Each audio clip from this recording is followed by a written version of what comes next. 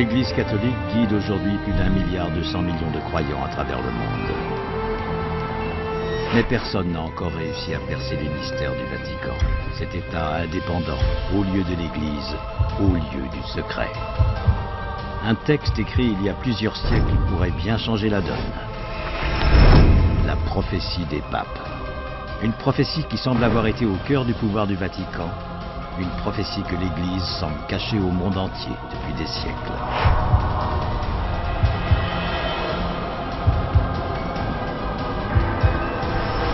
Tous ces événements étaient prévus, écrits, annoncés par un certain Malachie d'Arma, l'auteur de cette prophétie. Un texte comprenant 111 devises, la liste de tous les papes du XIIe siècle jusqu'à nos jours. La prophétie est comme un mécanisme lancé, très précis. Plus inquiétant, la liste s'achève par une sentence. Un seul paragraphe annonçant la fin de la papauté, la destruction de Rome et le jugement dernier dans quelques années. Dieu peut faire ce qu'il veut. Et s'il décide qu'il n'a plus besoin de la papauté, alors il n'y aura plus la papauté. Pour Malachie, François est le dernier pape. Il y aura une fin du monde. Il y aura donc forcément un dernier pape.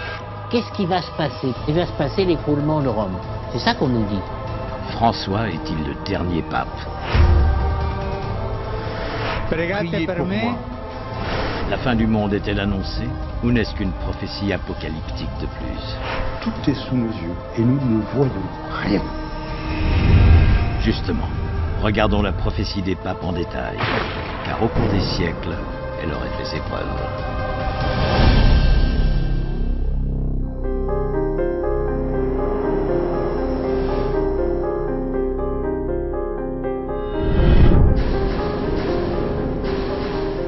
Direction la bibliothèque de Lyon, où est précieusement conservé l'ouvrage qui contient la prophétie des papes.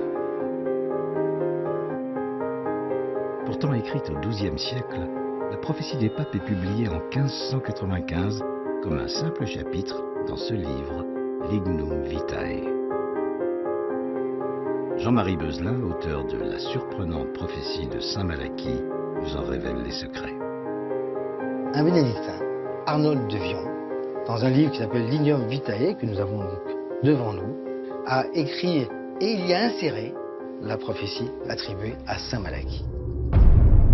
C'est un texte en fait qui a été découvert entre guillemets à la fin du XVIe siècle, exactement en 1590, par un moine bénédictin qui s'appelle Arnold de Vion, de Venise, et qui dit avoir découvert par un coup de chance extraordinaire ce texte prophétique qui aurait été écrit au XIIe siècle par Malachie. La prophétie proprement dite, c'est la colonne de gauche. Une succession de devises très courtes en latin. À droite, les annotations d'Arnold de Vion et d'autres bénédictins qui ont étudié le texte avec lui. Cette prophétie de Saint Malachie contenait en fait la liste des 111 papes plus un envoi. 111 devises censées caractériser tous les papes depuis Célestin II jusqu'au dernier de la liste, Benoît XVI. Après lui, le texte connaît une rupture, une 112e prédiction, plus longue et plus explicite. Le mystère, c'est que la sentence 111e est succédée par une sorte de prophétie. La seule prophétie réelle de la prophétie de Saint Malachie, c'est la 112e. Benoît XVI étant le 111e de la liste, seul le dernier paragraphe de la prophétie des papes doit encore s'accomplir. Et les événements qu'il annonce font froid dans le dos. Dans la dernière persécution de la Sainte Église romaine, siégera Pierre le Romain qui fera paître ses brebis à travers de nombreuses tribulations. Celle-ci terminée, la cité aux 7 collines sera détruite et le juge redoutable jugera son peuple. La fin. Le dernier texte de la prophétie de Saint Malachie annonce 3 choses. La première, c'est que le dernier pape s'appellera Pierre de Rome, Pierre le Romain, que l'Église va subir une extrême persécution, deuxième chose, et en troisième, c'est que Rome va être détruite. L'Apocalypse, la fin de la papauté et le jugement dernier. Si on prend le dernier paragraphe de la prophétie de Malachie au pied de la lettre, les événements qui se préparent sont terribles. Ça, c'est la fin du monde. C'est le jugement dernier. Donc on nous dit froidement que le pape François va connaître le jugement dernier et nous avec. Selon différentes interprétations de la prophétie, François serait ce fameux pape, celui qui connaîtra la fin. Pour Malachie, François est le dernier pape. Son pontificat marquerait alors la fin du compte à rebours. On arrive à un écueil maintenant. Que va-t-il se passer? Grand moment. Mais faut-il y croire? Qui est ce mystérieux Malachie d'Arma? Et comment a-t-il prophétisé la fin? Malachie, de son nom irlandais, O'Morgair, né dans une petite bourgade du nord de l'Irlande en 1095.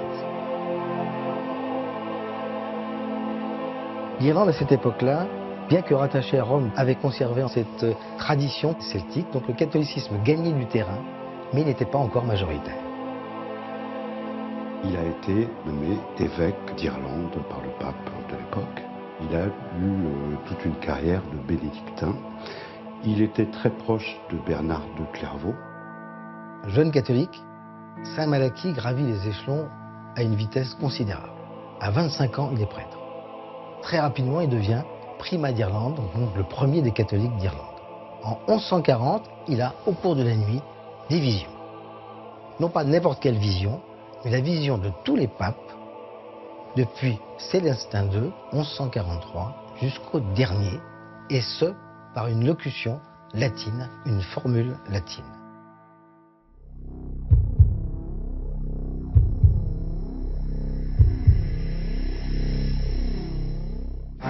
Alors pourquoi s'intéresser à un texte obscur qui aurait été écrit par ce moine irlandais du XIIe siècle? En d'autres termes, peut-on faire confiance à Saint Malachie? Saint Malachie, on le dit, ses contemporains le rapportent avec quelques dons de prophétie. Mais dans ces papiers, on n'a jamais retrouvé trace de prophétie. Pour trouver trace des dons prophétiques de Saint Malachie, il faut se rapprocher de sa biographie écrite par son ami Saint Bernard de Clairvaux. Il souligne que Saint Malachie est doué de prévision et qu'il a même prévu sa mort. À des religieux qui lui demandaient où il souhaitait mourir, le moine irlandais répondit à Clairvaux. Et quand? Le jour de la fête des morts, soit le 2 novembre. La même année, en 1148, en route vers Rome, Malachie tomba malade. Il s'arrêta chez son ami Saint Bernard, à Clairvaux, où il mourut le 2 novembre. Mais cela ne suffit pas pour faire de Malachie un grand prophète.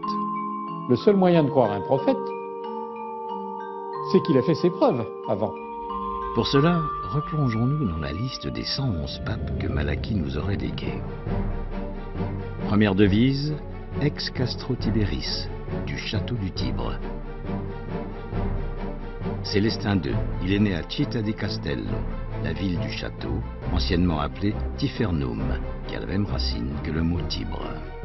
Deuxième devise, Inimitius expulsus. L'ennemi chassé désigne Lucius II, qui a été chassé de Rome par le Sénat, principal ennemi de l'Église à cette époque. Troisième devise, Ex magnitudine montis, issu de Montemagno. Avant de devenir pape, Eugène III s'appelait Bernardo Paganelli di Montemagno. Et on pourrait continuer. Toutes les devises font rêver. Et font rêver à partir de symboles de l'intérieur de l'Église. Depuis près de 900 ans, l'histoire de la papauté semble écrite sur ces quelques morceaux de papier. Le moine bénédictin Arnold de Vion aurait découvert et publié un texte prophétique au XVIe siècle. Selon lui, Saint Malachie, un religieux haut gradé, aurait écrit cette prophétie des papes au XIIe siècle. Une prophétie crédible qui se vérifie de conclave en conclave. De quoi attirer l'attention de l'Église à l'époque et d'autant plus aujourd'hui. Alors que la dernière sentence, irrévocable, devrait frapper d'ici peu, comment le Vatican a-t-il pu passer à côté de ce texte? Comment l'Église réagit-elle face à la prédiction de sa propre destruction?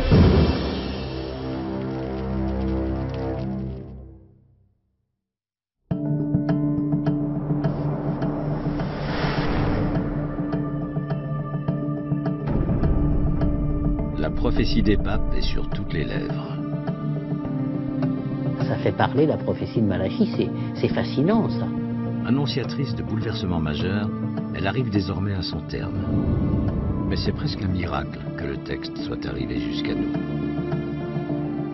Si vraiment cette prophétie devait gêner l'Église, ou si elle ne souhaitait pas, je pense qu'elle aurait fait depuis 1595 quand même, largement le balayage de ces textes qui auraient peut-être disparu et qui ne nous auraient pas été transmis comme aujourd'hui à la bibliothèque de Lyon.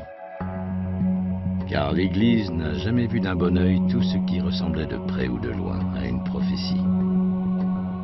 L'Église catholique est toujours très proche des textes qui sont publiés sur elle. A fortiori, si on y insère, si on y convoque un saint canonisé. À l'époque de la prophétie des papes, c'est la grande époque de l'index, de tout ce qui est prophétie, et même Nostradamus a été quelque peu inquiété. En quelque sorte, le rejet des prophéties est inscrit dans l'ADN de la chrétienté. La prophétie est quelque chose de courant dans l'Ancien Testament, c'est-à-dire qu'on ne fonctionne que par prophétie. Et cela jusqu'au Christ qui, pour les chrétiens, est considéré comme le dernier, finalement, des grands prophètes. Et c'est pour ça que dans toute l'histoire du catholicisme officiel, il n'y a pas eu de prophétie reconnue comme telle. Donc on a très peu de prophéties. On a des prophéties un peu marginales, celle de Nostradamus par exemple, elle n'est pas reconnue par l'Église. C'est quelque chose qui est plus ésotérique. On est dans des traditions parallèles. Ce qui fait qu'il est très rare d'avoir une prophétie comme ça qui vienne d'un moine bénédictin au sein de l'institution, et c'est pour ça qu'il y a eu beaucoup de méfiance envers elle. Une prophétie qui émane d'un religieux, ça frise l'hérésie. Et pourtant, d'une certaine manière, l'apparition de la prophétie des papes arrive au bon moment. Le texte va servir l'Église.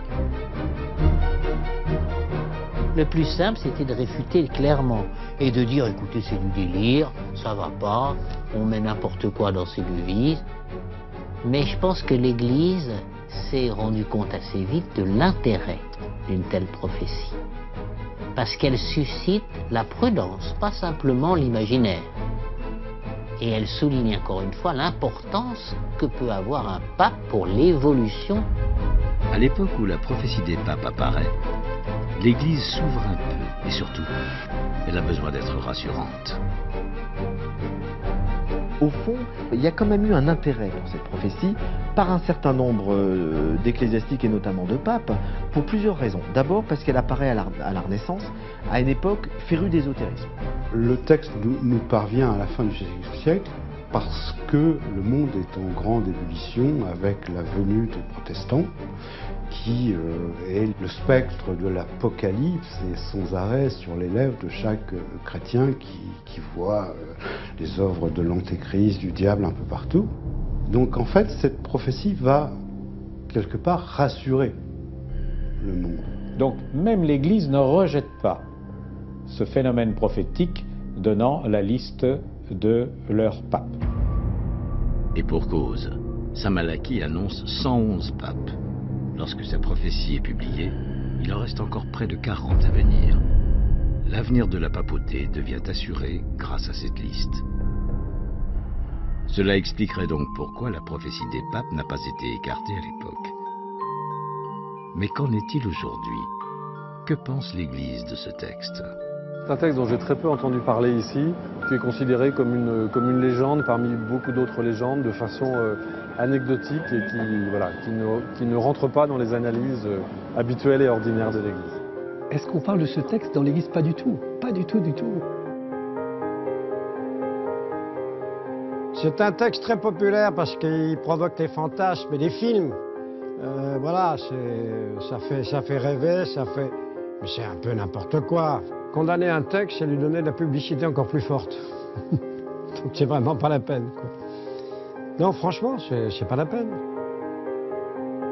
L'Église n'a pourtant pas hésité à condamner un roman qui n'était certainement pas en manque de notoriété, le célèbre Da Vinci Code de Dan Brown. Un best-seller vendu à plus de 86 millions d'exemplaires et boycotté par les églises du monde entier. On parle du Da Vinci Code, qui a été lu par les millions de lecteurs dans le monde entier. Il faut savoir que le numéro 2 du préfet pour la congrégation pour la foi, donc l'ex-Inquisition a fait sortir des phrases absolument terribles en disant que aucun catholique dans le monde ne devait lire ni voir le film de Dan Brown, issu du livre de Dan Brown. Alors comment le Vatican, si protocolaire, peut-il encore fermer les yeux sur une prophétie annonçant son propre leader comme étant le dernier? Le Vatican, disons, n'en parle pas officiellement, mais elle est très connue, universellement connue. Le Vatican est trop prudent, comment dire, trop attentif pour se faire officiellement, se faire le porte-voix officiel d'un tel texte. Alors que maintenant, la prophétie pourrait se retourner contre eux.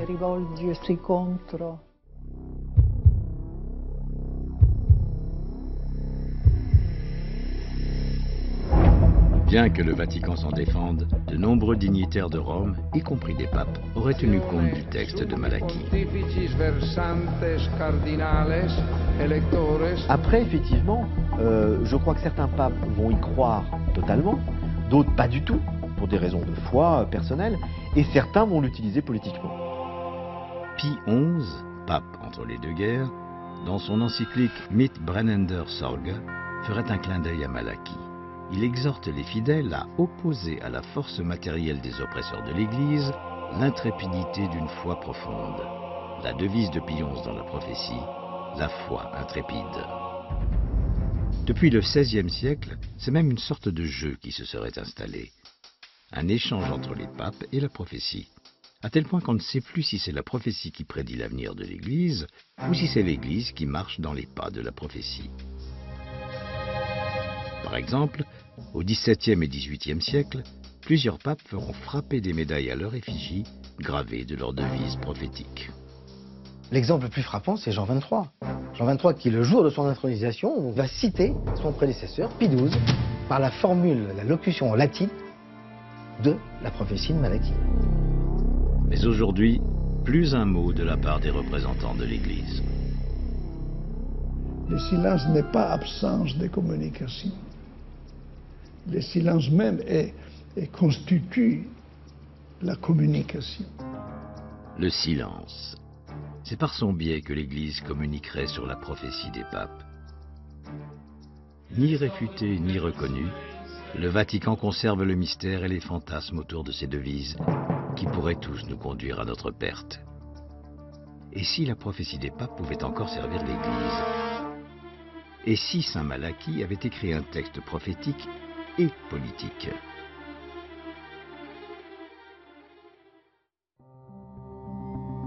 Car si la prophétie est publiée en 1595, elle surgit dans les couloirs du Vatican 5 ans plus tôt, juste avant le conclave de 1590, qui fera pape Grégoire XIV, et ce n'est sans doute pas un hasard. Je pense qu'au départ, c'est un texte politique, puisqu'il est prophétique et politique, puisqu'il cherche à influencer un conclave. Donc là, on est devant vraiment quelque chose de très politique. Le moine en question, il faisait ça pour faciliter l'élection de tel pape ou tel autre, pour que ça corresponde mieux à la devise. Ça a presque un côté politicard. Je pense qu'il existe certainement, au sein de l'Église catholique apostolique romaine, un ordre suffisamment puissant pour imposer aux différents conclaves la réalisation de cette prophétie. Pourtant, le conclave auquel assistent les cardinaux votants est extrêmement contrôlé, réglé à la perfection, et ce, depuis des siècles. De nos jours, dès l'entrée des cardinaux dans la chapelle Sixtine, les réseaux téléphoniques et Internet sont brouillés, les volets sont fermés. En principe, les archevêques sont totalement maîtres de leur choix. Le cardinal archevêque de Lyon, votant aux 2 derniers conclaves, nous en livre les secrets. C'est dans le premier vote qu'on voit comment les voix se répartissent. Beaucoup changent d'avis jusqu'au dernier moment. Quand est-ce qu'il fait son choix? Quand il prend ce petit bulletin de vote et qu'il écrit dessus le nom de celui qu'il a choisi. On avance dans la chapelle Sixtine en tenant son bulletin de vote comme ça. On dit une prière, très belle prière, qui pourrait être valable pour toute élection. D'ailleurs, je prends à témoin Jésus, qui me jugera au dernier jour, que celui dont j'ai écrit le nom c'est celui que, selon Dieu, je juge le plus apte pour remplir cette fonction. Ce qui veut dire, j'ai pas voté pour un copain, j'ai pas voté pour quelqu'un qui me plaît, j'ai voté pour, je sais quelle est la fonction du successeur de Pierre et du pape, et parmi nous, celui qui me semble le plus adapté à cette fonction, c'est lui. Voilà pourquoi j'ai écrit son nom. C'est juste avant le conclave que les règles sont beaucoup moins strictes. Avant de procéder au vote, les cardinaux sont réunis afin d'avoir tout le loisir de discuter, négocier. Et on discute de tout ce qu'on veut. Chacun prend la parole, dit son opinion sur la situation actuelle de l'Église, pose des questions, donne des accents, des points d'attention, etc. Personne n'est obligé de parler, quelqu'un peut parler une fois, deux fois, trois fois, enfin bon, il y a une assez grande liberté.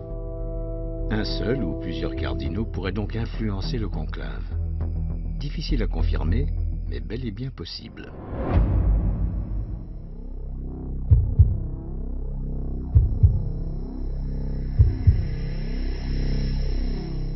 Prophétique, politique, une chose est sûre, la prophétie des papes aurait donc un vrai rôle à jouer. Et si l'on prend en compte l'hypothèse politique, le Vatican lui-même aurait pu écrire ou faire écrire cette prophétie. Pour le savoir, il faut d'abord se demander si Malachie Dharma a vraiment écrit cette prophétie ou s'il n'est finalement qu'un prête-nom.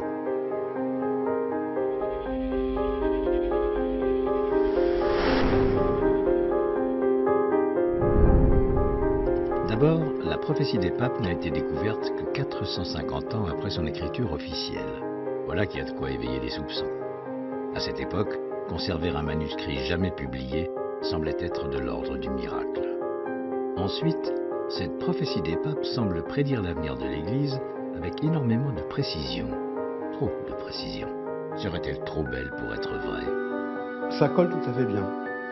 Mais ce qui est toujours délicat, c'est d'attribuer justement cette prophétie à saint Malachie, alors qu'à mon avis, il n'en est pas l'auteur.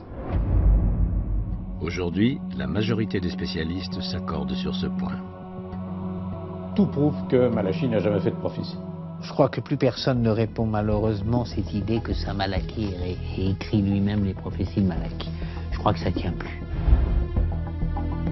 Effectivement, des faits troublants attesteraient que le véritable auteur de la prophétie des papes n'est pas Malachie. En effet, ce texte prophétique n'aurait pas été écrit au XIIe siècle, mais au moins 400 ans après. Comment le savons-nous? Parce que le véritable auteur de la prophétie des papes était un copieur. L'auteur de la prophétie est fatalement quelqu'un qui a travaillé après l'édition particulière d'un ouvrage sur les papes qui s'appelait Onofrio Panvigno et qu'il a publié en 1557. Un historien italien, Onofrio Panvigno, publie en 1557 un livre intitulé « Brève histoire des souverains pontifes » dans lequel il écrit une fiche biographique de chaque pape. Mais dans son ouvrage, l'historien commet des erreurs. L'auteur fabricant de cette prophétie reprend les mêmes erreurs.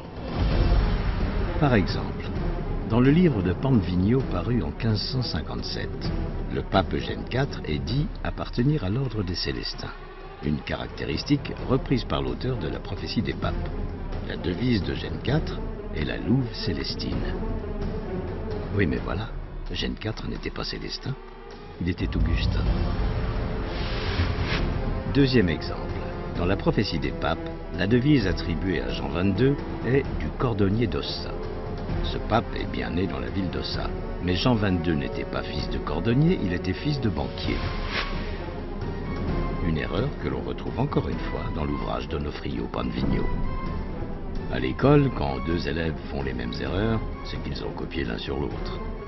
L'auteur de la prophétie des papes a copié sur le livre de l'historien italien. Donc on sait pertinemment que cette prophétie a été rédigée après 1557. Mais alors, pourquoi l'auteur n'a-t-il pas signé son texte? Pourquoi l'attribuer à un moine irlandais devenu saint? L'Irlande, c'est le pays un tout petit peu des prophéties, des mystères, presque du côté occulte de l'Église catholique. elle est attribuée à Malachie, comme le font beaucoup de chrétiens dans l'histoire. On attribue très souvent des évangiles à des gens qui ne les ont pas écrits. Il est possible que Jean n'ait pas été l'auteur du 4e évangile, mais on l'attribue à Jean. C'est valable pour tous les évangiles apocryphes. Lorsqu'on attribue l'évangile de Judas, on sait que cet évangile a été écrit au IIe siècle. Judas était mort depuis longtemps, mais on l'attribue à un personnage célèbre. Donc lorsqu'on veut donner du poids à un texte, on l'attribue à un personnage célèbre d'avant. Donc finalement, il est très probable que ce texte a été inventé au XVIe siècle et attribué à un moine du XIIe siècle pour lui donner beaucoup plus d'autorité. Le texte prend un peu plus de force si vous l'attribuez à Saint Malachie qu'à Arnold de Vion. Se pourrait-il qu'Arnold de Vion n'ait pas découvert ce texte? Aurait-il pu l'écrire lui-même? Ou l'aurait-il commandé à un autre prophète avant de l'attribuer à un saint irlandais?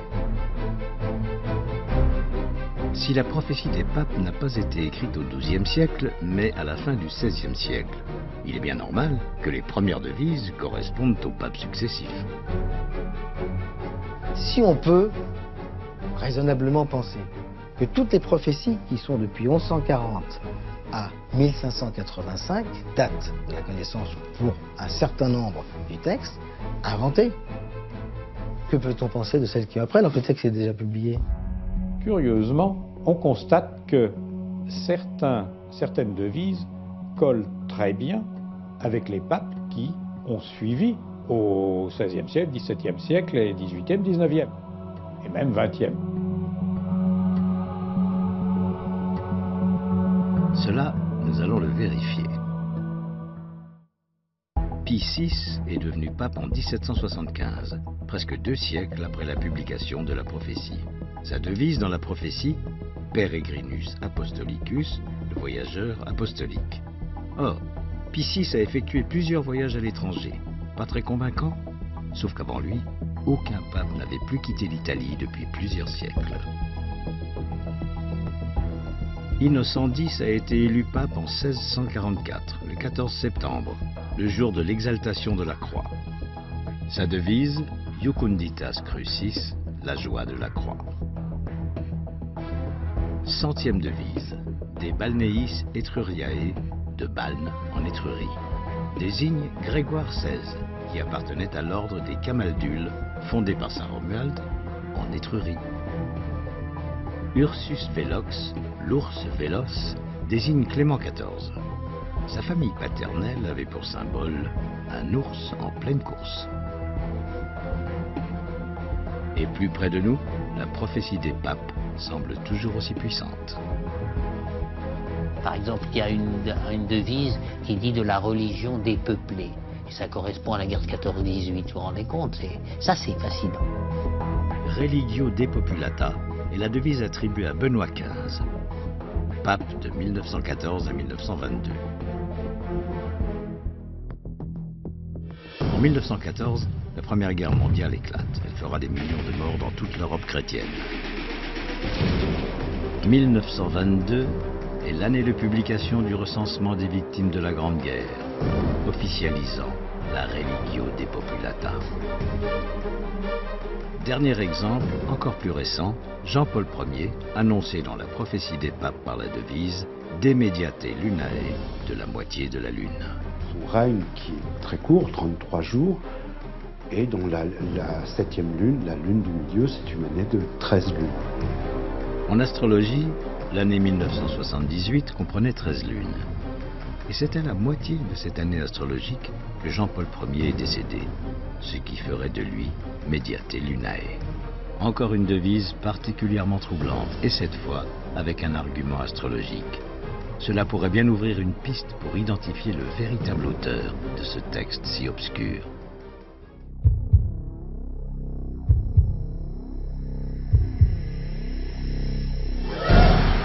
La prophétie des papes est donc entourée d'une zone d'ombre difficile à dissiper. Écrite au XIIe ou au XVIe siècle. Un texte à la fois prophétique et politique. On ne sait finalement que peu de choses de cette mystérieuse prophétie, pourtant si crédible. Beaucoup de questions se posent. Parmi elles, qui est le véritable auteur de la prophétie? On peut d'ores et déjà éliminer saint Malachie. Alors qui? Arnold de Vion? Aurait-il menti en affirmant avoir trouvé ce texte? L'aurait-il commandé à quelqu'un? Et si c'était l'Église qui avait ordonné l'écriture de cette liste? Qui peut bien avoir écrit la prophétie des papes?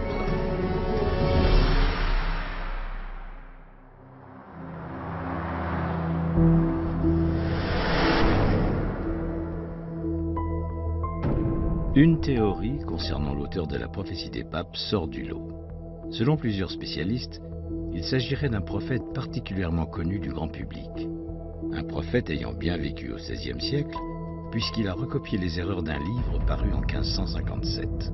Un prophète intéressé par les souverains pontifes et l'Église catholique. Un prophète féru d'astrologie. Certaines devises y font clairement référence. Sans oublier que ce mystérieux auteur doit être reconnu de son temps et avoir fait ses preuves. Un seul nom peut venir sur cette prophétie, c'est Michel de Notre-Dame, alias Nostradamus. Je pense que Nostradamus est effectivement le rédacteur, le créateur de cette liste des papes. Quelles sont les preuves qui permettraient d'arriver à cette conclusion? Tout d'abord, Arnold de Vion et Nostradamus ont vécu à la même époque, au XVIe siècle. Ils sont nés tous les deux en France, dans le sud. Arnold de Vion aurait donc pu retrouver les écrits de Nostradamus. Sans oublier qu'il est un prophète reconnu, peut-être même le plus célèbre du monde, en dehors de ceux évoqués dans la Bible ou le Coran. Mais au XVIe siècle, le prophète est dans le collimateur de l'Église. Il aurait donc pu écrire la prophétie des papes sans la revendiquer. Autre point fort de la théorie selon laquelle Nostradamus serait l'auteur, ses sujets de prédilection. L'un des sujets principaux des quatrains de Nostradamus, premièrement, c'est les grands des églises, parce qu'il ne parle pas que d'une église, et puis des grands des gouvernements, soit royaume, présidence ou autre. C'est les deux préoccupations qu'on va retrouver chez Nostradamus. Nostradamus est également féru d'astrologie. Nostradamus emploie comme système de datation, en fait, c'est l'astrologie. Il dit lui-même qu'il s'est concentré sur les thèmes astrologiques, sur les figures astrologiques, et qu'il a sorti des prophéties futures. D'autres arguments permettent encore de retomber sur Nostradamus. Passionné de codes, de chiffres, et connu pour jouer avec ses lecteurs. Pour bien comprendre les prophéties, il faut parler un peu de chiffres, puisqu'il y a 111 devises. 111, c'est aussi, par exemple, la décomposition de la lettre Aleph en hébreu. Pour ma part, j'attribuerais la rédaction définitive du texte à quelqu'un qui connaissait la Kabbale et qui connaissait l'hébreu. Là encore, cela correspond à Nostradamus. Il est né à Saint-Rémy de Provence en 1503, d'ancêtre juif. Ses grands-parents s'étaient convertis au catholicisme, mais n'en oubliez pas l'étude des textes anciens, du grec, du latin, de l'hébreu et de bien d'autres langues. Mais les prophéties revendiquées par Nostradamus sont-elles à la hauteur de la prophétie des papes? Voici ces célèbres centuries publiées en 1555. Une centurie est un ensemble de 100 quatrains prophétiques. Et si on les lit attentivement, on ne peut être que très troublé. Dans le 20e quatrain de la 9e centurie, Nostradamus évoque un homme venu à Varennes, de nuit, en passant par Voltorte, Herne et la Pierre Blanche. Un homme qui fut cause de tempêtes, de feu et de sang.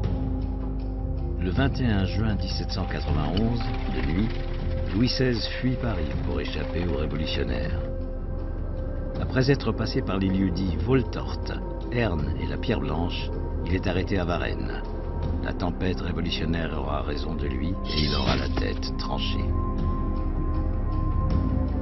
Presque 250 ans avant les événements, ce quatrain de Nostradamus donne les noms de 4 lieux empruntés par Louis XVI cette célèbre nuit. Et ce n'est pas tout.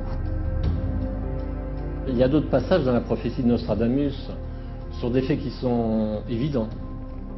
Notamment le fait qu'un roi de France est mort suite à une joute, où il a crevé. Je crois que c'est le plus évident en fait. Ce fameux quatrain, paru en 1555, le voici. Le lion jeune, le vieux surmontera.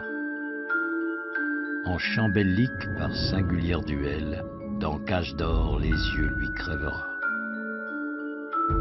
2 classes, une, puis mourir de mort cruelle. 4 ans après sa publication, le 30 juin 1559, Henri II, roi de France, participe à une joute, un duel amical lors du double mariage de sa fille Élisabeth et de sa sœur Marguerite. Sur le champ bellique, Henri II affronte le jeune comte de Montgomery, dont les armes représentaient un lion. Les 2 lions s'élancent. La lance de Montgomery se brise alors et un éclat vient se planter dans l'œil d'Henri II. La visière de son aume doré était levée. Quelques jours plus tard, le roi décède des suites de cette blessure. On est en train de dire que Nostradamus c'est une blague, c'est du bidon, c'est faux. Nostradamus doit être pris au sérieux. Si Nostradamus a effectivement rédigé la prophétie des papes, cela pourrait renforcer ce texte et son présage final. Mais en est-il vraiment l'auteur? Les avis divergent. J'ai l'impression que c'est trop gros. Non. Il ne se serait pas pris comme ça. Il aurait fait des longues phrases, des longues devises. Avec des symboles. Là c'est quand même très ramassé. Il y a très peu de devises qui sont longues. Alors qui d'autre pourrait être l'auteur de la prophétie des papes? Il va sans dire qu'on peut s'interroger légitimement sur l'origine de l'auteur qui a écrit cette prophétie. Et Arnold de Vion fait partie naturellement de ceux qui peuvent l'avoir écrit. Je crois que c'est le moine bénédictin. Je crois que c'est quand même Arnold Vion, je le crois. Nostradamus, de Vion, un prophète ou un moine, ces 2 personnages auraient bien pu écrire la prophétie des papes. Lequel? Le secret s'est perdu au fil des siècles. La prophétie de Malachie, au fond, qu'importe l'auteur. Ce qui est important, c'est les devises. Reste, cela étant dit, la question centrale, à qui profite le crime? La prophétie des papes n'est donc pas qu'une légende inventée pour annoncer une nouvelle fin du monde. Elle serait bien un outil puissant qui conduirait l'Église et ses institutions vers un changement brutal et définitif. Un texte qui pourrait donc avoir été écrit afin d'influencer les différents conclaves. C'est vrai qu'à chaque fois qu'un pape meurt et qu'un autre est élu, on reparle de la prophétie de Malachie. Ça, c'est assez curieux. Les actes des papes eux-mêmes semblent guidés par la prophétie. On s'aperçoit qu'avec la prophétie de Saint Malachie, de nombreux papes ont utilisé ces devises. En tous les cas, il est un homme du XXe siècle qui est sans aucun doute le plus représentatif de l'application de la prophétie au sein de l'Église. Cet homme, ce pape, se nomme Jean XXIII. Alors que les rumeurs le disent franc-maçon, cet évêque, un illustre inconnu, élu seulement au 3e tour du conclave de 1958, a entrepris le renouveau de l'Église, un renouveau qui s'inscrirait dans l'application funeste du dernier paragraphe de la prophétie. Ce renouveau que nous allons vous raconter se nomme Vatican II. Le pape Jean XXIII, de manière presque prophétique, a voulu le Concile Vatican II et l'a entamé. Vatican II est toujours d'actualité et entraînerait l'Église vers la fin de la papauté.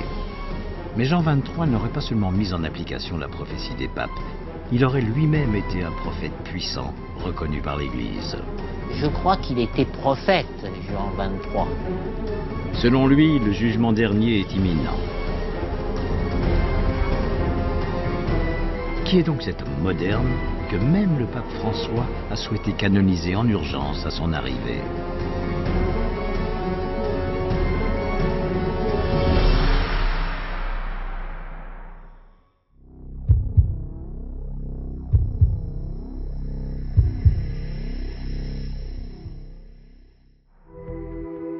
Angelo Roncalli, futur Jean XXIII, aurait lui aussi prédit le jugement dernier. C'est ce que prétend Pierre Carpi, un célèbre écrivain contemporain italien, dans un livre publié en 1976, Les prophéties de Jean XXIII. En plus d'avoir utilisé une devise de la prophétie des papes, Jean XXIII aurait donc lui-même eu des visions. Je crois qu'il était prophète, Jean XXIII. Jean XXIII, c'était l'homme de la bonté. un homme prophétique, je disais il y a quelques instants. Dans ses prophéties, il aborde de nombreux thèmes comme le communisme, le nazisme et notamment la papauté. À l'instar de la prophétie des papes, Jean XXIII, de sa devise « Le pasteur et le notonnier », a lui-même prédit plusieurs pontificats. 8e prophétie écrite en 1935. Ici, Angelo Roncalli annonce donc un pape. Et parmi les détails qu'il donne, certains sont particulièrement explicites. Il sera élu dans une période où l'Italie est marquée par le sang. Rome en des jours de sang. Ce pape aura aussi un lien privilégié avec les jeunes catholiques. Ce seront les jeunes qui t'acclameront.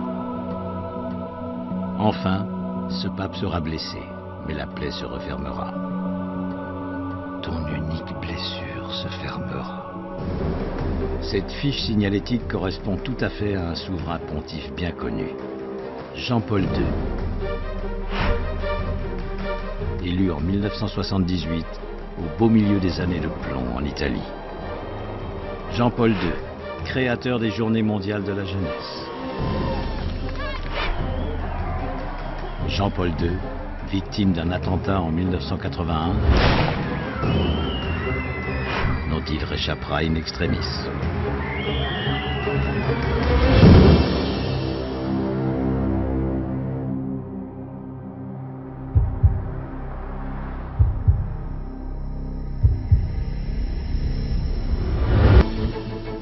Jean XXIII a donc annoncé le pape Jean-Paul II 43 ans avant son arrivée. Une question de crédibilité se pose sur ces prophéties. Mais alors, que penser de la 28e prophétie de Jean XXIII? L'Apocalypse avec des heures très sombres pour l'Italie et l'Europe tout entière.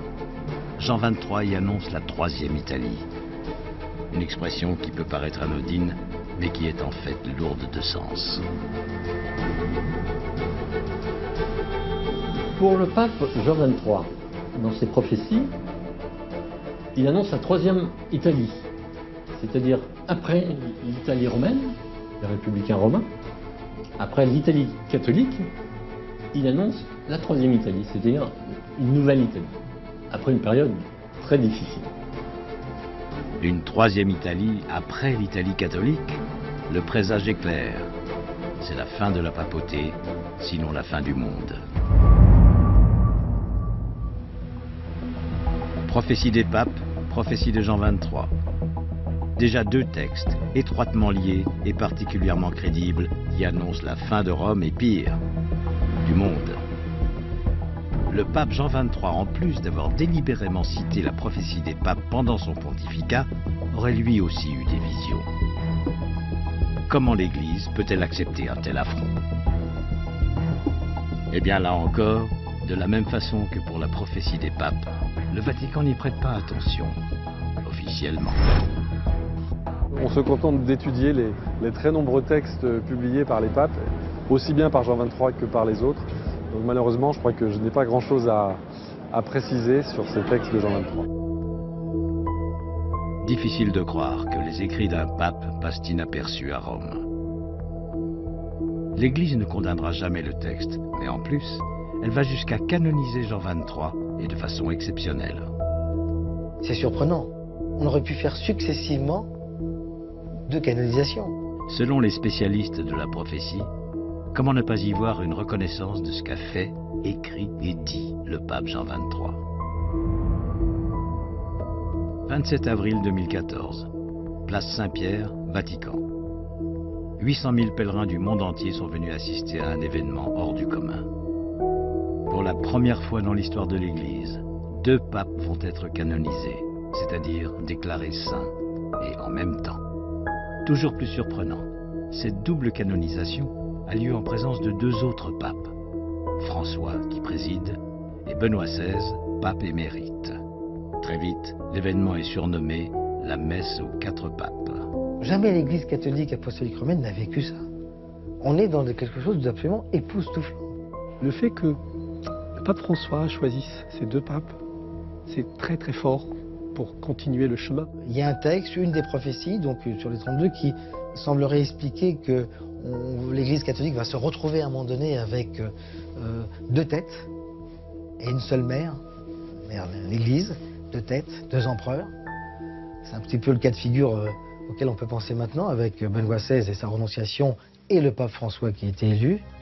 Quel est donc le message que François a voulu faire passer au monde entier? Jean XXIII avait prophétisé l'arrivée de Jean-Paul II. Il a entrepris le concile Vatican II qui pourrait entraîner la fin de la papauté. Jean-Paul II l'a mise en application. Il était presque évident que ces deux papes devaient être canonisés ensemble. François voulait-il rendre hommage à Vatican II? J'en suis convaincu, oui. Parce qu'on a besoin de Vatican II. Est-ce un hommage à Vatican II? On peut l'interpréter comme ça, dans la mesure où d'un côté Vatican II était ouvert par Jean XXIII et que ses prédécesseurs ont cherché à ne pas aller au-delà, mais au moins à le pérenniser. Une théorie qui se confirme puisque François a également béatifié Paul VI le 19 octobre 2014. Pape de 1963 à 1978, c'est lui qui a conclu Vatican II. Paul VI, c'était aussi Vatican II. Paul VI est le pape qui a pris la suite de Vatican II et qui l'a terminé. C'est quand même pas rien. Vatican II est l'événement le plus marquant de l'histoire de l'Église au XXe siècle. C'est un concile, une assemblée d'évêques du monde entier réunis afin de débattre de la direction que doit prendre l'Église catholique. Vatican II symbolise l'ouverture au monde moderne et le retour aux racines du christianisme. En bref, une Église plus simple et dans l'air du temps. Et si c'est bien Jean XXIII qui a ouvert ce concile en 1962, Jean-Paul II s'y est inscrit. Le pape Jean XXIII, de manière presque prophétique, a voulu le concile Vatican II et l'a entamé. Jean-Paul II, en revanche, a été l'un des pères fondateurs du concile. C'est très intéressant. Puis il a été l'homme que la vie a conduit à dialoguer avec le monde, mais toujours suivant les traces du concile Vatican II. Un Vatican II qui représenterait peut-être la réponse de Jean XXIII à ses propres visions, mais aussi à la prophétie des papes. J'appelle encore Vatican II une renaissance de l'Église, un éveil, un réveil de l'Église. La mission de Vatican II serait alors de sauver le destin de l'Église. La prophétie touche à sa fin. C'est la fin de la prophétie. Ça, c'est la fin de la prophétie. Après Vatican II, l'Église doit redoubler d'efforts si elle veut désamorcer la prophétie des papes. Je pense qu'on est au XXIe siècle et que l'Église ne survivra pas 2000 ans encore si elle est fondée sur les mêmes bases que les siècles précédents. Vous allez voir, on n'est pas à une surprise près. Et je ne suis pas du tout un oiseau de mauvais augure. Les gens le savent très bien. Ils savent très bien qu'il y a eu des dérives terribles. Et François, le dernier pape, pourrait bien être l'élu. Depuis son élection, le souverain pontife accumulerait les références à la prophétie des papes. Même le pape François le dit. Il dit qu'il faut revenez aux valeurs essentielles. Il le dit parce qu'il sait très bien que tout s'écroule, il le sent, il le voit. Il suffit d'écouter ses premiers mots, de lever le mystère sur ses premiers actes pour comprendre que la prophétie des papes est bien présente au Vatican. La surprise, effectivement, c'était de se rendre donc, sur le tombeau du pape Sixte V. Pour quelle raison? Sixte V, le seul pape grâce à qui nous pouvons dater la fin de la prophétie. Et Benoît XVI aurait lui aussi précipité le destin de François. La prophétie est comme un mécanisme lancé, très précis. Le pape émérite aurait enclenché le compte à rebours final en toute connaissance de cause.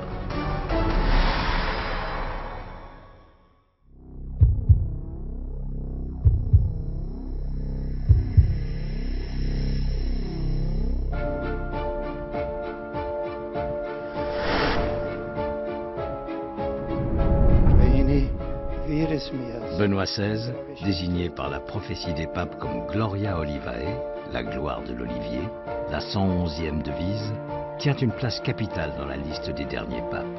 Car après lui, plus de devises. Il ne reste que l'envoi final, le dernier paragraphe apocalyptique de la prophétie.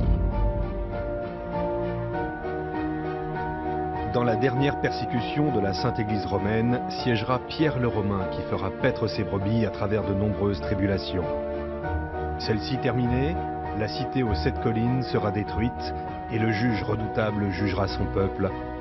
La fin. Le paragraphe annonçant ce Petrus Romanus est différent des 111 devises. La structure même du texte connaît une rupture.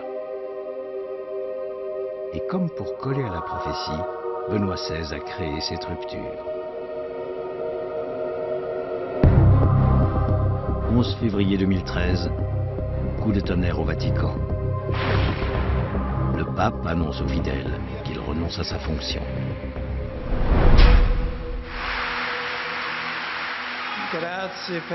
Merci pour votre sympathie.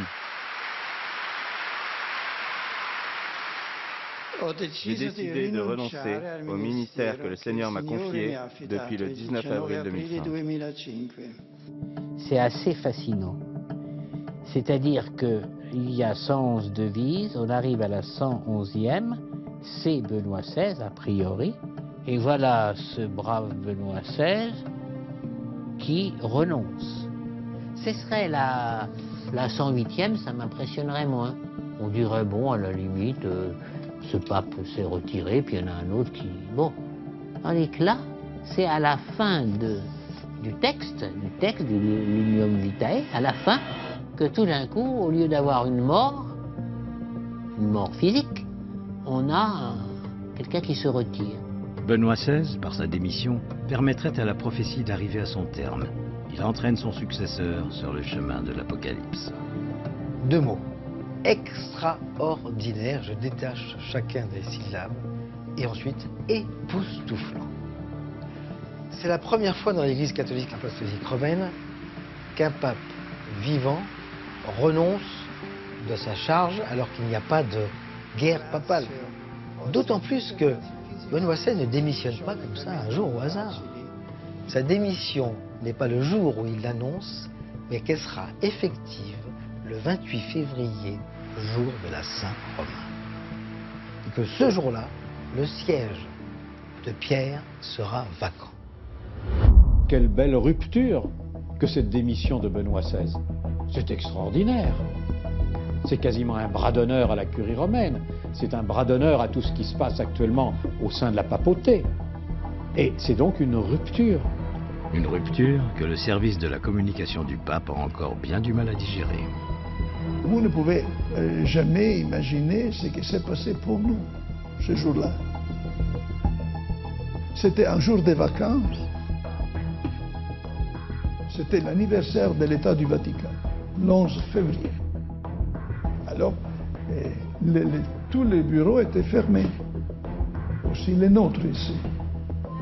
Un journaliste m'appelle, il me demande confirmation si vraiment le pape avait démissionné. Et je ne savais rien. Ah! Au sein de l'Église, la surprise est de taille. La renonciation de Benoît XVI a été une surprise, fulgurante surprise. Moi, je ne m'y attendais pas, en ce sens que je l'avais vu peu de temps auparavant, et je l'avais trouvé très alerte dans son esprit, attentif à tout. On avait eu une très jolie discussion avec l'ensemble des évêques de notre province, on était allé lui faire visite, et je me dis, bah, non, pour un monsieur de 85 ans, il va très bien, quoi. Bon, et puis il a donné sa démission, donc ça m'a étonné. Là encore, difficile de savoir si c'est la prophétie des papes qui connaît l'avenir, ou si elle l'influence.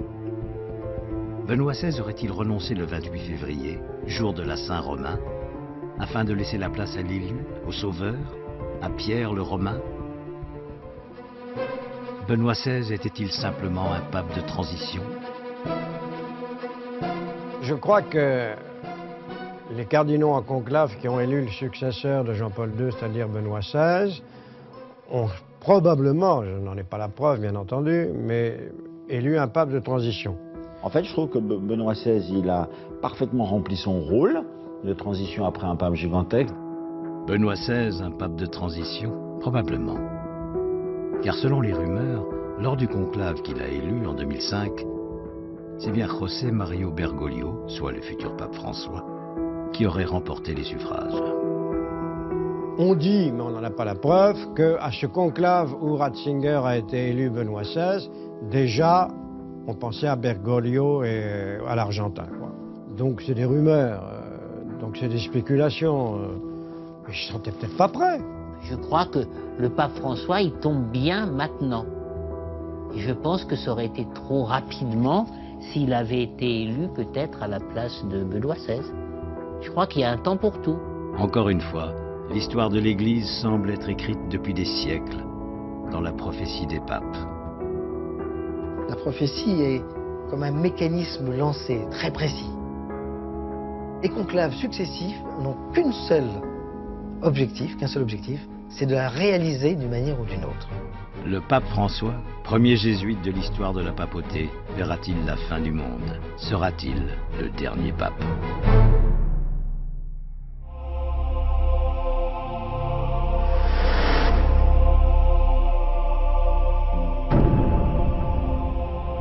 Mardi 12 mars 2013, les cardinaux entrent en conclave. Leur mission, élire un nouveau pape. Dans la prophétie, ce souverain pontife sera le premier à ne pas avoir de devise. Selon ce texte, l'Église fait donc un grand saut dans l'inconnu. Après 2 jours et autant de fumée noire, ça y est. Une fumée blanche annonce au monde entier que l'Église a à sa tête un nouveau pape.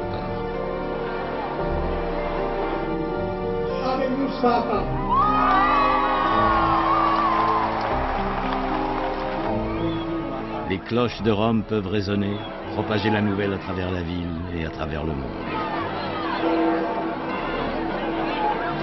Après 5 tours de scrutin, le cardinal argentin José Mario Bergoglio accède au sommet du Vatican. Sur la place Saint-Pierre, des centaines de milliers de fidèles en liesse découvrent le visage et la voix de leur nouveau guide. Frères et sœurs, bonsoir. Comme semble le prévoir la prophétie, est-il le dernier pape de l'histoire de l'Église catholique? Celui qui connaîtra la destruction de Rome? Prions pour tout le monde, parce que nous sommes une grande fraternité. François est-il conscient et préparé devant la terrible sentence de la prophétie des papes? Certains éléments laissent penser que ce serait le cas. Des éléments troublants. Tout d'abord, ce soir-là, le pape François a demandé à la foule une prière particulièrement surprenante. Une prière jamais demandée par aucun pape avant lui. Quelques mots, très forts, retransmis par les télévisions du monde entier. Avant, je vais vous demander quelque chose. Avant que l'évêque ne bénisse le peuple, je vais vous demander que vous priez le Seigneur pour qu'il me bénisse. Que le peuple demande au Seigneur de bénir son évêque.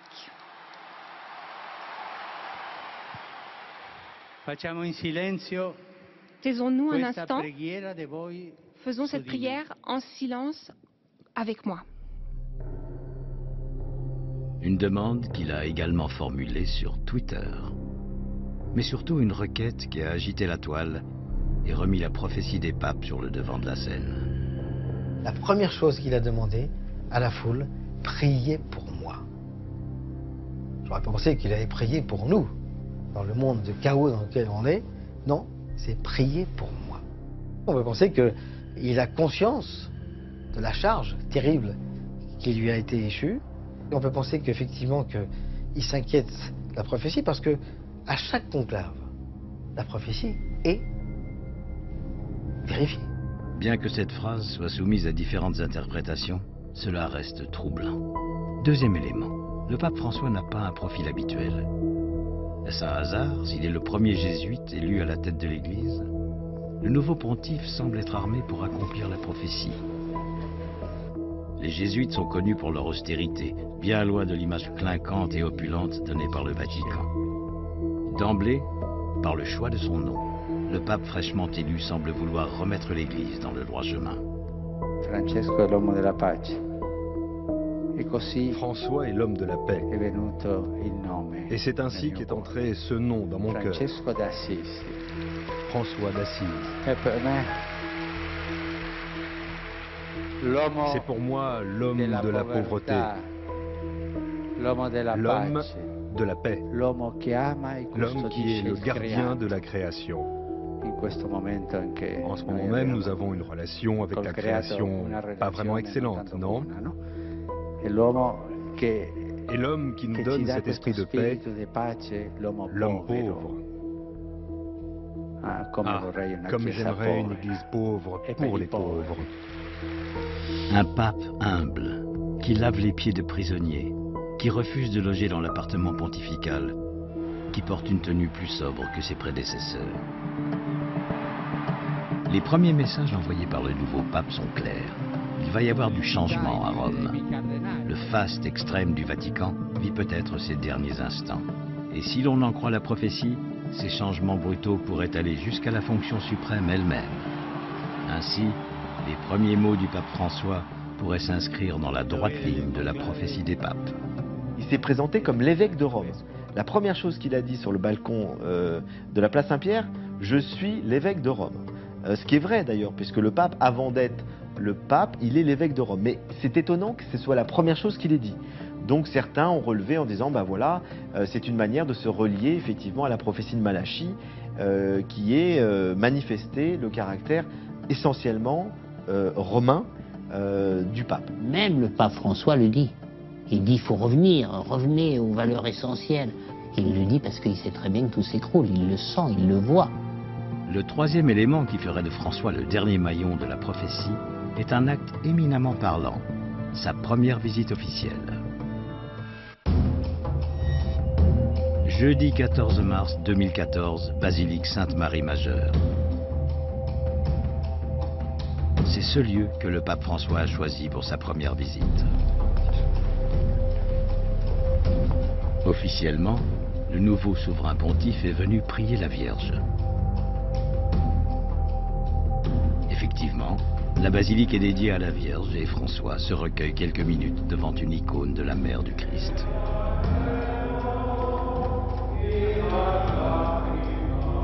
Mais encore une fois, l'occupant du trône de Saint-Pierre semble adresser un clin d'œil à la prophétie des papes. Car après avoir prié la Vierge, c'est dans une autre chapelle de la basilique qu'il se dirige. Le pape François s'agenouille alors ici, face à un mystérieux tombeau. Alors la surprise, effectivement, c'était de se rendre donc sur le tombeau du pape Sixte V. Le pape, qui permet de dater la prophétie, repose là, juste devant François. La devise attribuée à Sixte V est Axis in medietate signi, l'axe au milieu du signe. Le mot signe désignant souvent une prophétie, le pontificat de Sixte V se situe à mi-chemin de la prophétie des papes. C'est donc grâce à lui qu'il est possible de dater la fin. Alors, pourquoi venir ici et dès sa première visite? François saurait-il que la prophétie doit bientôt prendre fin? Prierait-il pour sauver la papauté? Pour sauver Rome? Pour accomplir la prophétie? François serait-il vraiment le dernier pape?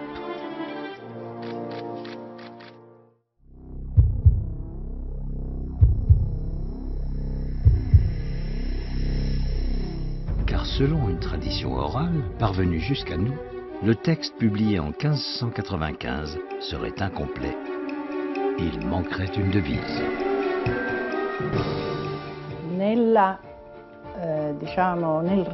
Il n'y a pas que le texte de la prophétie des papes qui soit arrivé jusqu'à nous. Au travers des siècles, une tradition orale dit qu'il y a une devise supplémentaire. Selon cette transmission orale, Saint Malachie, de retour à Rome, et suivant sa vision et son inspiration, a ajouté un dernier pape, que le texte appelle Caput Nigrum. Ça, c'est ce qui est arrivé jusqu'à nous. Une tradition écrite et une tradition orale qui ajoute un pape appelé Caput Nigrum. Caput Nigrum, la tête noire. Selon cette tradition orale, la devise Caput Nigrum prenait place entre Gloria Olivae, soit Benoît XVI, et l'envoi final du texte. Dans ce cas, François serait ce fameux Caput Nigrum. Un pape noir qu'évoque aussi Nostradamus dans ses célèbres centuries. Dans de nombreux quatrains, c'est Rome et l'Italie qui sont visés. Et un quatrain, le 25e de la 6e centurie, évoque un personnage étrange qui doit combattre l'Antéchrist. Dans des temps troublés de l'Église, un jeune noir rouge prendra la hiérarchie. Un rouge, chez Nostradamus, c'est un cardinal. Un noir, un jésuite. S'il prend la hiérarchie, c'est qu'il devient pape. Il prophétise donc l'émergence d'un pape noir dans un contexte apocalyptique. François, le seul jésuite présent au conclave. François serait donc bel et bien ce pape noir dont tout le monde parle. Alors est-il le dernier ou l'avant-dernier pape? Caput nigrum? Qui a été élu? Un jésuite. Or, le pape des jésuites, c'est un général, c'est ce qu'on appelle le pape noir. Le général des jésuites, c'est un pape noir. Donc, il y a une certaine, pour ceux qui s'y intéressent, occurrence. Et comme l'Église est peu avare d'occurrences qui n'ont pas de sens, il faut bien s'y intéresser. Ou Petrus Romanus. On pourrait raisonnablement penser, ce ne serait pas irraisonnable de le penser, que François puisse être ce Pierre le Romain. Doit-on croire en l'existence de cette devise manquante? Une chose est sûre, le fait que François soit un jésuite est l'élément clé qui fait de lui le candidat idéal pour désamorcer ou accomplir la prophétie. C'est un homme de discernement, il a une clairvoyance très grande, il a une exigence envers lui-même et une bonté équivalente à son exigence. C'est un pape qui se contente pas de parler, c'est un pape qui agit. Tout laisse à penser que François est considéré comme le sauveur. Mais comment en être certain? Observons une fois de plus les faits. François a engagé des réformes spectaculaires. Médias, finances, curie, tout est passé au crible. En fait, il est très réformateur avec l'air de pas y toucher, mais moi je dirais pas réformateur, je dirais réorganisateur. Et la réforme la plus significative est celle de la curie. Le pape François a nommé 8 cardinaux afin de l'aider à accomplir sa mission, le G8. Le système actuel du Vatican est un système complètement pyramidal, qui est héritier de l'histoire. Il n'a pas toujours été comme ça, mais ça fait quand même quelques siècles qu'il fonctionne comme ça. Donc c'est une monarchie absolue. Donc il n'y a pas de contre-pouvoir, pratiquement. Et il veut clairement changer ça. Et c'est dans l'esprit de la prophétie des papes que François aurait renoncé à sa toute-puissance. Il n'y a plus de parole infaillible. Quand vous avez 8 personnes qui représentent les 8 régions du monde, la parole que vous dites n'est plus une parole de roi ou de pape, c'est une parole partagée. C'est l'arrivée d'une certaine presque démocratie à l'intérieur du Vatican. Ça, c'est la fin du Vatican. François engagerait-il ces réformes afin de sauver l'Église de son triste sort ou voudrait-il accomplir la prophétie? Est-il l'un des derniers papes? Pour répondre à cette question, si au Vatican il n'est pas facile de faire parler les hommes, on peut tenter de faire parler la pierre. Rome, basilique Saint-Paul hors les murs. Une des 4 basiliques majeures de la ville aux 7 collines. Il y a plus de 1500 ans, ce site abritait déjà un édifice chrétien. C'est là que l'apôtre Saint Paul est enterré. Mais c'est aussi un rite très symbolique pour le Vatican. À l'intérieur de l'édifice, une frise représente tous les papes de l'histoire depuis Saint-Pierre jusqu'à nos jours.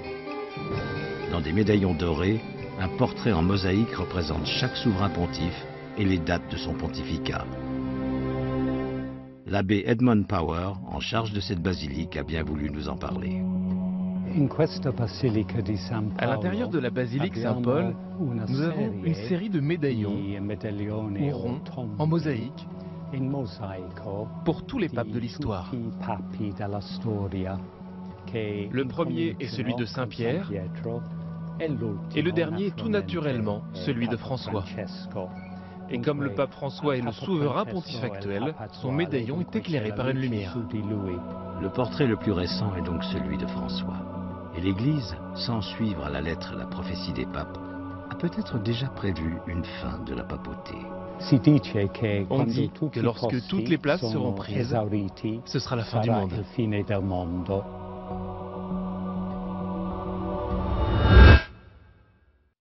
Benoît XVI, François, le Vatican et la ville de Rome. Tout le monde paraît savoir que la papauté va prendre fin. L'Église catholique n'est plus, elle n'a plus l'influence première qu'elle avait. Est-ce qu'on peut envisager la fin de la papauté si cette prophétie arrivait à son terme? La question se pose. Comment la prophétie des papes peut-elle guider le destin de l'Église depuis des siècles? C'est comme si le Vatican possédait une horloge interne. Inexorable.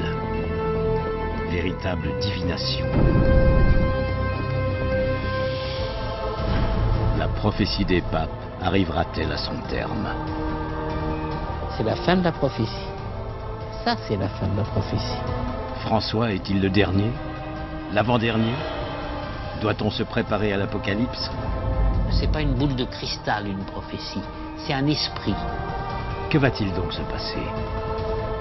Le compte à rebours serait-il bientôt arrivé à son terme?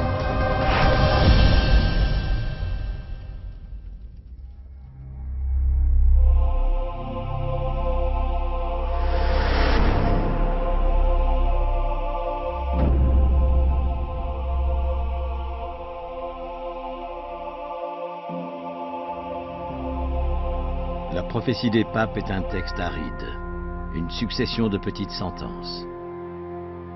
Pas de nom, pas de chiffres, pas de date. Les textes prophétiques sont cryptés et décryptables. Au moment voulu, c'est ça qui est absolument ahurissant. Et la prophétie des papes semble ne pas échapper à cette règle. C'est l'avis de plusieurs spécialistes. Il y a un passage dans la prophétie de Saint Malachie qui signe en fin de compte le milieu de la prophétie. Ce passage, c'est la devise Axis in medietate signi, l'axe au milieu du signe, attribué à Sixte V. La première devise de la prophétie des papes correspond à Célestin II, élu en 1143. Sixte V accède au trône de Saint-Pierre en 1585, soit 442 ans après. S'il marque le milieu de la prophétie, celle-ci doit prendre fin 442 ans plus tard, en 2027.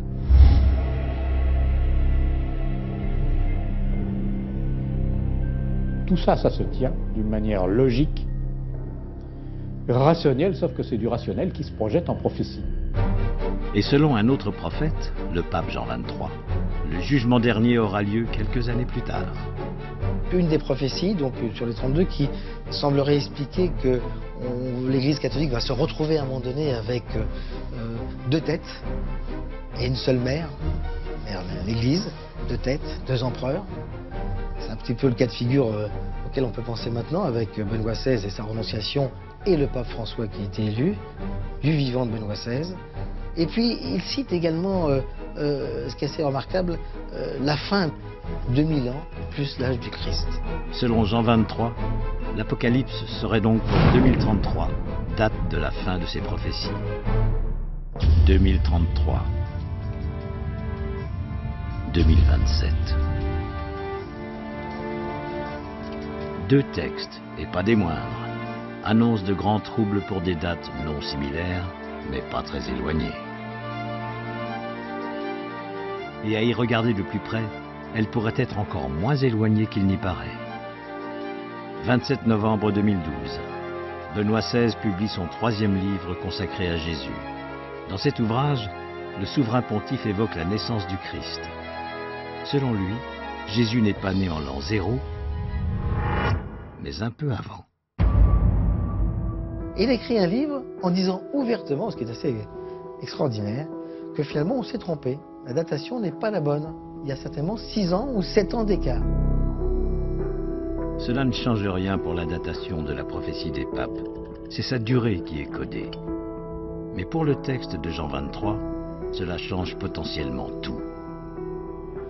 S'il y a bien un décalage de 6 ans en arrière de la naissance de Jésus, la date donnée par Jean XXIII 2000 ans plus l'âge du Sauveur, pourrait arriver à échéance 6 ans plus tôt, soit en 2027.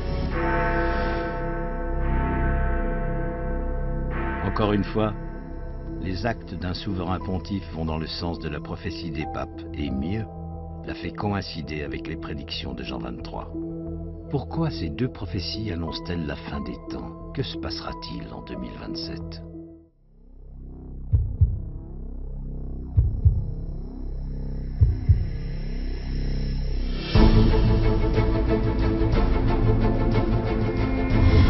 La prophétie des papes et Jean 23 annonce le jugement dernier. L'Apocalypse, la fin de Rome. Mais doit-on vraiment prendre cette menace au sérieux? Naturellement, là nous sommes confrontés à un problème d'interprétation. De toute façon, on est à la fin. Maintenant, que veut dire l'Apocalypse et que veut dire l'écroulement de Rome? Ça, c'est un mystère.